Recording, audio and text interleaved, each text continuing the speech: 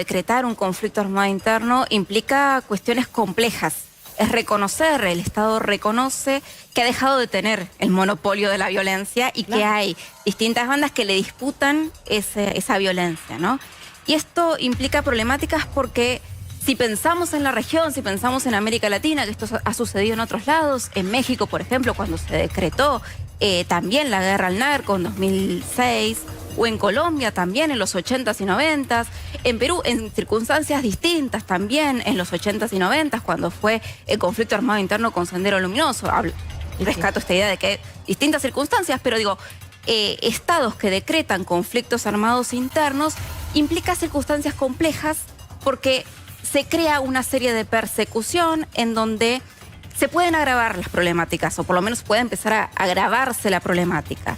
El ejército va a empezar, ¿no? Las Fuerzas Armadas va a empezar a intervenir.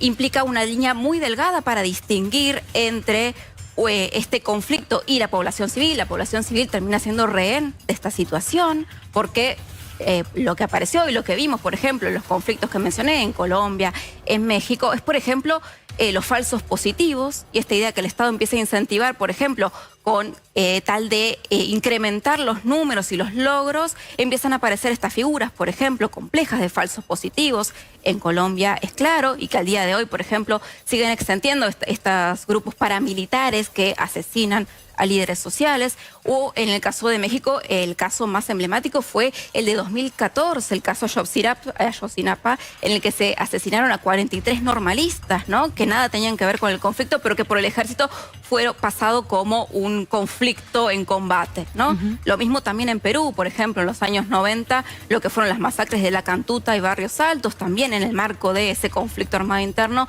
en el cual hubo masacres de estudiantes inocentes que nada tenían que ver con ese conflicto. Entonces, se abre una ventana de una situación muy compleja en donde hay que esperar a ver cómo avanza este conflicto y tener en cuenta también que el Estado necesita esto que ha empezado a suceder ahora, que es ese respaldo político también. Distintos sectores de la oposición también han salido a respaldar en este contexto.